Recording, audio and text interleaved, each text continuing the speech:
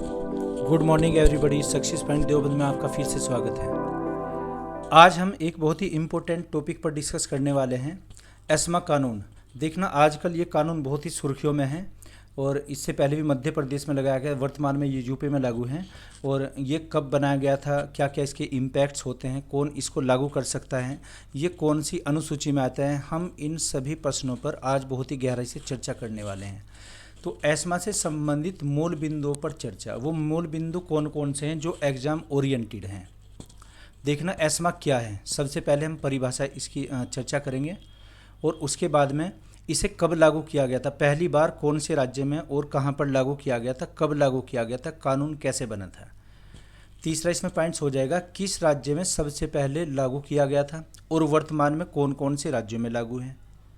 आगे इसमें एस्मा में कितनी धाराएं होती हैं, इसमें आर्टिकल कितने होंगे, है ना, धाराएं जो सेक्शन होंगे वो कितने हैं। तो ये भी क्वेश्चन इंपॉर्टेंट बनता है। आगे एस्मा किस सूची का विषय है। देखना, संविधान में जैसे 12 अनुसूचियां हैं तो उनमें 7वीं एक अनुसूची है, उसमें कुछ सूचियाँ लिस्ट भी दी गई हैं। अच्छा, आगे आवश्यक सेवाएं क्या होती हैं, क्योंकि आवश्यक सेवाओं पर इसमें प्रतिबंध नहीं लगा सकते, उन पर हड़ताल नहीं कर सकते, या फिर वहाँ के जो कार्यवाही है, एक्टिविटीज़ है, उसको अपनी इच्छा से वो बंद नहीं कर सकते वहाँ के जो कर्मी होंगे। नेक्स्ट, एस्मा का प्रभाव क्या होता है, इसके इम्पैक्ट्स क्या होते हैं। तो चलिए शुरू करते हैं। एस्मा का उल्लंघन करने पर क्या सज़ा और जुर्माना होता है, ये भी इम्पोर्टेंट है। देखना, तो एग्ज़ाम के दृष्टिकोण से ये टॉपिक बहुत ही महत्वपूर्ण हो जाएगा। देखना, सबसे पहले एस्मा की फुल फॉर्म क्या होती है, essential service maintenance act. Essential service maintenance act, ये कानून कब बना था, 1966 में एक कानून बना था और 68 में ये लागू किया गया था। अभी डिस्कस करेंगे बहुत डीपली। इसे हिंदी में क्या कहा जाएगा, एस्मा आवश्यक सेवा अनुरक्षण अधिनियम। एसेंशियल का मतलब क्या होता है, आवश्यक, सर्विस किसे कहते हैं, सेवा, मेंटेनेंस अनुरक्षण, मेंटेन करना, और एक्ट का मतलब अधिनियम होता है। तो आवश्यक सेवा अनुरक्षण अधिनियम, इसे हिंदी में कहा जाएगा। ये एक्ट कब पारित हुआ था, अधिनियम ये कब बना था, तो संसद में मंत्रिमंडल के द्वारा ये कानून 1966 में बनाया गया था, लेकिन जब ये लागू हुआ था सबसे पहले राजस्थान में, ये 1968 में लागू किया गया था राजस्थान में। उसके बाद में कई स्टेट्स में किया गया था, है ना। कैसे इसको लागू करते हैं या इसके क्या इम्पैक्ट्स होते हैं, क्या प्रभाव होते हैं, अभी चर्चा करेंगे उस पर भी। लागू कब हुआ था, 1968 में। आगे प्रधानमंत्री उस टाइम पर कौन थे, श्रीमती इंदिरा गांधी जी उस टाइम पर पीएम थी, और जो राष्ट्रपति थे एस राधाकृष्णन, है ना, सर्वपल्ली राधाकृष्णन राष्ट्रपति थे। लेकिन बाद में जब 68 में लागू हुआ था तब ये जाकिर हुसैन उस टाइम पर राष्ट्रपति थे, और जब ये कानून बनाया गया था तब राधाकृष्णन जी राष्ट्रपति थे भारत के, है ना। तो 2 राष्ट्रपति तो लागू कब किया गया और एक इसको तैयार कब किया गया था। तो जब कानून ये बनाया गया था सर्वपल्ली राधाकृष्णन जी राष्ट्रपति थे, और जाकिर हुसैन कब थे, डॉक्टर जाकिर हुसैन, जब ये लागू किया गया था सबसे पहले राजस्थान में 70 में लागू होता है, उससे पहले भी। ओके, नेक्स्ट पॉइंट देखते हैं। एस्मा भारत की संसद का एक अधिनियम है। देखना, भारत की संसद के द्वारा बनाया गया एक कानून है एस्मा, जिसे कुछ सेवाओं की सुविधाएं सुनिश्चित करने के लिए भारत की संसद द्वारा संविधान की 7वीं अनुसूची के समवर्ती सूची के तहत संसद द्वारा बनाया गया है। एक तो किसमें है, 7वीं अनुसूची में। 7वीं अनुसूची की उसमें 3 सूचियाँ हैं, है ना, 7वीं अनुसूची में 3, एक केंद्र सूची, राज्य सूची, एक समवर्ती। तो समवर्ती सूची का एक विषय है, इस पर केंद्र सरकार तथा राज्य सरकार दोनों ही कानून बनाने का अधिकार है, और अगर केंद्र सरकार कोई कानून बनाती है, राज्य सरकार उसे एडोप्ट कर सकती है, राज्य सरकार उसे लागू कर सकती है, सिर्फ अपने राज्य में ही। दूसरी जो सरकार होगी राज्य, वो अपने राज्य में कर सकती है। तो कानून ये कब बना था, 1966 में। लागू कब किया गया था, 1968 में ये राजस्थान में लागू हुआ था। कुछ आवश्यक सेवाओं की हड़ताल वहाँ के कर्मियों पर जो एक्ट लगता है। आगे देखिएगा, एस्मा में धाराएं कितनी हैं, है ना, इसमें सेक्शंस या फिर आर्टिकल्स कितने हैं, तो वो 9 हैं। इसके 9 अनुच्छेद होंगे, 9 आर्टिकल्स होंगे। कौन कौन से होते हैं एक बार ये देख लेते हैं। देखना, धारा नंबर 1, सेक्शन 1 में क्या बताया गया, एक्ट का नाम। एक तो एक्ट का नाम ही क्या है, एस्मा, ESMA। धारा नंबर 1 में एक तो नाम बताया गया है और ये कहाँ पर लागू किया जाएगा, किस राज्य में लागू किया जाएगा या पूरे देश में ही लागू किया जाएगा, इसकी अवधि कितनी होगी, तमाम इन चीज़ों के बारे में आगे धारा में बताया गया है। तो ये धारा 1 में एक्ट का नाम है। धारा 2 में क्या दिया गया है, आवश्यक सेवाओं की सूची। आवश्यक सेवाएं क्या होती हैं, एसेंशियल जो सर्विसेज हैं। देखना आवश्यक सेवाएं जैसे जल आपूर्ति, विद्युत आपूर्ति, रेलवे, ट्रांसपोर्टेशन, है ना, ये सब आवश्यक सेवा में। अगर मेडिकल सेवाएं होती है, स्वास्थ्य या चिकित्सा सेवाएं, और बैंकिंग, है ना, ये सब इसी में आ जाएगा। लेकिन फिर भी कोई राज्य इनमें बढ़ोतरी या घटोतरी कर सकता है ना। जैसे रेलवे यातायात, अब अगर देख रहे हैं कि कोरोना के दौरान जैसे लॉकडाउन लगा हुआ है तो रेलवे यातायात उसमें बाधित हुआ था कुछ, तो सरकार इसे रेलवे को इंक्लूड भी कर सकती है, एक्सक्लूड भी कर सकती है ना, उसको शामिल भी कर सकती है, आवश्यक सेवाओं की श्रेणी से निकाल भी सकती है। और कोई राज्य भी ऐसा कर सकता है, या तो केंद्र सरकार ऐसा करेगी या फिर राज्य सरकार ऐसा करेगी। क्या, या तो ये कोई सेवा शामिल करेगी या कोई सेवा को वहाँ से निकालेगी, है ना। रेलवे ट्रांसपोर्टेशन होना है या नहीं, तो केंद्र सरकार ये डिसीजन लेगा। या फिर राज्य अगर देखें कि राज्यों में या कुछ गाड़ियां हैं जैसे बसेज होती हैं, वो चालू रहनी है या रोकी जानी है, उन्हें ये राज्य सरकार डिसाइड करेगा। तो आवश्यक सेवाओं की सूची में कितनी सेवाएं आएंगी, हम ये कोई संख्या निर्धारित रूप से नहीं बता सकते, है ना, कि इसमें कितनी सेवाएं हैं, है ना। 10 हो सकती हैं, 20 हो सकती हैं। मान लीजिए हमारे राज्य में 20 हैं, मध्य प्रदेश में कम कर दी जाएंगी वहाँ पर, या मध्य प्रदेश में सेवाओं को बढ़ा दिया गया और हमारे प्रदेश में सेवाओं को कम कर दिया गया। राज्य सरकार ये निर्णय लेगी कि कौन सी सेवा को आवश्यक बनाना है और किसी को नहीं बनाना है। धारा नंबर 3 में क्या लिखा हुआ है, हड़ताल को प्रतिबंधित करने की शक्ति। कोई अगर आवश्यक सेवा, जैसे मान लीजिए स्वास्थ्य कर्मी है ना, या मेडिकल उससे जुड़े हुए हैं क्षेत्र से, अगर वो हड़ताल करने लगते हैं तो सरकार उन पर प्रतिबंध लगा सकती है, क्योंकि वो आवश्यक सेवाओं की श्रेणी में है। अभी हम आगे उस पर भी हम चर्चा करेंगे कि कौन कौन सी आवश्यक सेवाएं होती हैं मेन। 4 दिया इसमें धारा नंबर 4, अवैध हड़तालों पर जुर्माना, है ना, उन पर जुर्माना भी लगाया जा सकता है। अगर कोई इलीगल रूप से हड़ताल करता है, स्ट्राइक करता है, क्या जुर्माना होगा, या तो 6 महीने का कारावास होगा और या 200 रुपये का जुर्माना होगा, या फिर ये दोनों भी हो सकते हैं, ये बताया गया है। बाकी परिस्थितियों पर डिपेंड करता है कि उन पर जुर्माना कितना लगाया जाए। धारा नंबर 4 में तो ये लिखा हुआ है। और जो इसको उकसाएगा हड़ताल करने के लिए, उसके लिए अलग प्रावधान दिया गया है। क्या, धारा नंबर 5 में क्या प्रावधान है कि हड़ताल हेतु उकसाने के लिए दंड, क्या दंड होगा, 1 वर्ष का तो कारावास होगा और 1000 रुपये का जुर्माना, या फिर ये दोनों भी हो सकते हैं, है ना, या सरकार जैसे उचित समझे वो स्टेप ले सकती है। धारा नंबर 6 में क्या दिया गया है, देखना, धारा नंबर 6, अवैध हड़तालों को वित्तीय सहायता देने के लिए, अगर कोई हड़तालों को जैसे उकसाएगा या फिर फाइनेंशियल असिस्टेंट उन्हें देगा, है ना, अपनी तरफ से धन लगाएगा या उनको फाइनेंस पहुंचाएगा, तो उस पर 1 वर्ष का कारावास या 1000 रुपये का जुर्माना, या फिर दोनों हो सकते हैं। ये इसमें सजा और जुर्माने के, फाइन पेनल्टी के प्रावधान हैं, कुछ ऐसे प्रोविजंस हैं। और धारा नंबर 7 में क्या है, साथ में बिना वारंट के उनकी गिरफ्तारी होगी, है ना। मान लीजिए कोई धरने पर बैठा है, कोई स्ट्राइक करता है अवैध रूप से, और अगर वो आवश्यक सेवाओं की श्रेणी में आता है ना, मान लीजिए जैसे बिजली आपूर्ति है, जल आपूर्ति है, तो अगर बिजली विभाग के हाईडिल के लोग धरने पर बैठते हैं और वो आवश्यक सेवाओं की श्रेणी में उस टाइम पर, तो उन्हें बिना वारंट के गिरफ्तार किया जा सकता है।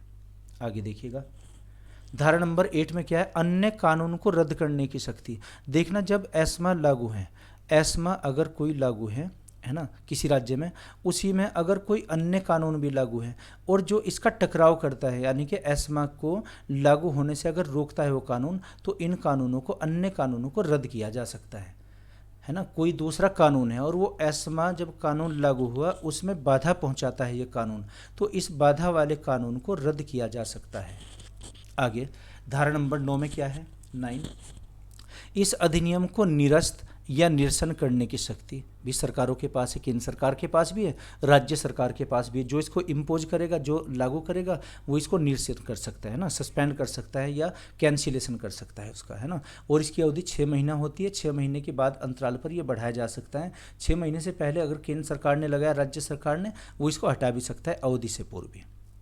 आगे बढ़ते हैं, आवश्यक सेवाएं क्या होती है, इसेंशियल सर्विसेज। ये देखिएगा आप, आवश्यक सेवाओं के अंतर्गत कौन कौन सी सेवाएं आती हैं, इनको एक बार डिस्कस कर लेते हैं। देखना, जैसे प्रोवाइडिंग ड्रिंकिंग वाटर, है ना। जैसे पेय योग्य जल होता है उसको उपलब्ध कराना, उसकी उपलब्धता, है ना। प्रोवाइडिंग का मतलब होता है जैसे उपलब्ध कराना, अवेलेबल कराना। तो जैसे पेयजल होता है, पेयजल किस में, आवश्यक सेवाओं की श्रेणी में है। और ये जरूरी नहीं कि हर उसी में रहेगा, हर वर्ष ही रहेगा, या हर जब एस्मा कानून लागू होगा जिस राज्य में उसमें भी वहाँ का राज्य हटा भी सकता है, इसको लागू भी कर सकता है ना। तो पहले नंबर पर तो ड्रिंकिंग वाटर। दूसरे में क्या, सेवरेज की होती है, जैसे निकासी हमारा जल होता है ना, निकासी सेवाएं, है ना। घरों से वेस्ट पानी निकलता है, अगर वो सफाई कर्मी या कोई स्ट्राइक करने लगे, वो आवश्यक सेवाओं में वो स्ट्राइक या हड़ताल नहीं कर सकते, है ना। Providing banking services and RBI और बैंकों की सेवाएं बाधित नहीं हो सकती। हाँ, अगर आवश्यक सेवाओं की लिस्ट में शामिल किया है सरकार ने, ये तब की बता रहे हैं, है ना। तो ये मध्य प्रदेश सरकार का था और वहाँ के बारे में बताया गया है। खैर आगे, providing telephone and internet service, जैसे इंटरनेट सर्विस ना बाधित हो जाए, कहीं टेलीफोन सेवा के जो पदाधिकारी, जो कर्मचारी हैं वो स्ट्राइक पर ना जाए, ये आवश्यक सेवा में हो जाएगा। आगे, providing rail and transportation services, है ना, रेल और यातायात सेवाएं, ये भी इसी की श्रेणी में है। Providing food vegetables and groceries, जैसे वेजिटेबल होती हैं, सब्जी विक्रेता होते हैं, तो प्रोवाइड करेंगे। आपने देखा हो लॉकडाउन में कि सब्जियां उनके लिए कुछ छूट होती है, तो वो स्ट्राइक पर या वो नहीं जाएंगे। अगर वो स्ट्राइक पर जाएंगे, नॉन बेलेबर गैर जमानती वारंट जारी करके उनकी स्ट्राइक को हटाया जाएगा, उन पर जुर्माना या सजा जो भी प्रावधान बनता है वो लागू हो सकता है। आगे, हॉस्पिटल, मेडिकल सेंटर्स या मेडिकल स्टोर्स, है ना, ये भी आवश्यक सेवाओं की सूची में शामिल किए गए हैं, ये स्ट्राइक पर नहीं जा सकते लोग। आगे देखिएगा, इलेक्ट्रिसिटी, पेट्रोलियम, ऑयल, एनर्जी, है ना, ये विद्युत या पेट्रोलियम या तेल या ऊर्जा विभाग के जो लोग हैं स्ट्राइक पर नहीं जाएंगे, क्योंकि आवश्यक सेवाओं की श्रेणी में है। मीडिया कर्मी होते हैं, जैसे मीडिया, है ना, समाचार पत्र वगैरह होते हैं। पोर्ट्स होते हैं, पोर्ट्स यानी कि बंदरगाह, है ना, ये जहाज का जो अड्डा होता है, पोर्ट्स, है ना, इसको बंदरगाह कहेंगे, बंदरगाह, है ना। जैसे डॉकयार्ड जहाँ के शिप होते हैं, शिप के लिए होता है ship. Okay, IT services provided, है ना, to any of the essential services, IT information technology जो सेवाएं इससे संबंधित, वो भी किस में आ जाएंगी, आवश्यक सेवाओं में। एक है production manufacturing process with require ये कंटिन्यूटी ऑफ प्रोसेस, ये क्या करना है, जो भी उत्पादन या निर्माता, है ना, जो प्रक्रम है उससे संबंधित ये सेवाएं भी आवश्यक सेवाओं की लिस्ट में आएंगी। तो जो ये सर्विसेज दी गई हैं, जैसे 1 2 3 4 5, इसमें 6 7, है ना, 8 9 10 11 और 12, इसमें 12 की सूची दी गई है, 12 सेवाएं हैं। इसका मतलब ये नहीं कि हर राज्य में या केंद्र सरकार 12 ही करेगी, इनमें से निकाल भी सकते हैं, इसमें जोड़ भी सकते हैं। तो आवश्यक सेवाओं की श्रेणी में कौन कौन से क्षेत्र आएंगे जिन्हें सरकार एट ए टाइम उचित समझती हो कि आवश्यक सेवाओं की श्रेणी में इसे रखना है या फिर नहीं रखना है। अगर उसे रखना है तो इसमें लिखा जाएगा, अगर नहीं तो यहाँ से निकाला जाएगा। ओके, आगे बढ़ते हैं। आवश्यक सेवाओं की सूची राज्य सरकार बदलाव भी कर सकती है, इसमें परिवर्तन ला सकती है, राज्य सरकार भी या केंद्र सरकार भी, जो भी इसको लागू करेगा, है ना। तो राज्य सरकार को फुल ऑथोरिटी होगी कि इसमें से हमें कोई निकालना है इस लिस्ट में से या इसमें कोई ऐड करना है। आगे देखिएगा आप, एस्मा कौन लागू कर सकता है, तो एस्मा राज्य सरकार भी कर सकती है, केंद्र सरकार भी कर सकती है, चूँकि ये समवर्ती सूची में आता है ना। तो कौन लागू करेगा इसको, इस पर चर्चा करते हैं। केंद्र सरकार या राज्य सरकार कोई भी अपने विवेक से लागू कर सकता है, या तो केंद्र सरकार करेगी या राज्य सरकार करेगी, है ना। ये राज्य सरकार ही अमूमन करती है, क्योंकि अपने अपने राज्यों में जैसे लॉकडाउन की अवधि कितनी बढ़ानी है, कर्फ्यू कब लगाना है या नहीं लगाना, है ना, कितनी उसमें ढील देनी, कितनी छूट देनी है। तो ये जो हड़ताल जो करते हैं, इनके लिए जो कानून बनाएगा, पहले ये देखेंगे जो हड़ताल कर्मी है आवश्यक सेवाओं में है नहीं, ये तो मेडिकल क्षेत्र से हैं, तो एस्मा लागू है, अब नहीं कर सकते ये लोग। आगे देखिएगा, आवश्यक सेवाओं की सूची में राज्य सरकार बदलाव भी कर सकती है ना। आवश्यक सेवाओं में कौन कौन सी मदें या कौन कौन सी सर्विसेज शामिल की जाएंगी। राजस्थान एस्मा एक्ट 1970 में जैसे लागू हुआ था, 1900 राजस्थान में, लेकिन ये लागू जैसे किया गया 68 में इम्प्लीमेंटेशन में आने लगा था। तो 1970 में राजस्थान में लगा, वहाँ पर भी सफाई कर्मियों की और बैंकिंग की कुछ हड़ताल थी, उस पर रोक लगाई गई थी। एक इसमें आंध्र प्रदेश में 71 में लगाया गया, आंध्र प्रदेश में 1971 में ये उसमें एस्मा लगाया वहाँ पर, है ना, आंध्र प्रदेश में जो लागू था। आगे केरल में लगाया गया 1993 में, 1993 में केरल में लगाया गया। आगे देखिएगा, कर्नाटक एस्मा एक्ट 1994 में लगाया गया, और उसके बाद में दिल्ली में जैसे हाल ही के वर्षों में, बीच में और भी लगे हैं वो मैंने नहीं लिखे हैं, दिल्ली एस्मा में जो लगाया 2016 में लगाया गया था, वहाँ भी मेडिकल जो थे और ये सफाई कर्मी जो कुछ सेवरेज से संबंधित थे सफाई कर्मी भी, उनकी हड़तालों पर रोक लगाई गई थी तो 2016 में। हिमाचल प्रदेश में एस्मा एक्ट कब लागू हुआ था? 2018 में। मध्य प्रदेश में 2020 में भी हुआ, 21 में भी हुआ, 6 महीने की अवधि के लिए फिर बढ़ाया गया उसको। उत्तर प्रदेश में जो अब लागू है जैसे 27 मई 2021 को लगाया गया था, और अवधि कितनी होती है इसकी? 6 माह। ये 6 माह से पूर्व भी हटाया जा सकता है और इसकी अवधि 6 माह के बाद भी बढ़ाई जा सकती है। बस इस प्रस्ताव को ये जो राज्यपाल होते हैं ये अपनी परमिशन देते हैं, अपनी मंजूरी दे देते हैं और उसके बाद में ये लागू हो जाता है। अच्छा, आगे बढ़ते हैं। देखना, जो एस्मा कानून है ये समवर्ती सूची का विषय है। सूचियाँ कहाँ पर? समवर्ती। जैसे शेड्यूल कितनी है संविधान में? 12, वर्तमान में 12 है ना, 12 अनुसूची कितनी है टोटल? 12। लेकिन 7वीं अनुसूची में, जो 7वीं अनुसूची होगी, 7वीं अनुसूची में 3 लिस्ट दी गई हैं, 3 सूचियाँ दी गई हैं। एक तो हो जाएगी कौन सी? जैसे केंद्र सरकार की होगी संघ सूची, एक राज्य सूची होगी और एक समवर्ती सूची। इसके अलावा भी अवशिष्ट शक्तियाँ होती हैं, अवशिष्ट या रेजिडुअरी पावर, अवशिष्ट शक्तियाँ। इस पर कानून बनाने का अधिकार केंद्र सरकार का होता है। तो एक तो संघ सूची, एक राज्य सूची, एक समवर्ती सूची। मूल संविधान में संघ सूची में 98 विषय लिखे हुए थे और समवर्ती सूची में 52, राज्य सूची में जैसे 62 हैं। तो राज्य सूची पर जो ये विषय लिखे हुए हैं इन पर कौन कानून बनाएगा? राज्य सरकार। संघ सूची में जो दिए गए हैं इन पर केंद्र सरकार। लेकिन समवर्ती सूची में दोनों सरकार मिलजुल कर बना सकती हैं। केंद्र सरकार को भी अधिकार है और राज्य सरकार को भी अधिकार है इस पर बनाने का, है ना। इसमें क्या आता है? ये आवश्यक सेवाएं इसमें आती हैं, जैसे जलमार्ग, परिवार नियोजन, है ना, जनसंख्या नियंत्रण, समाचार पत्र।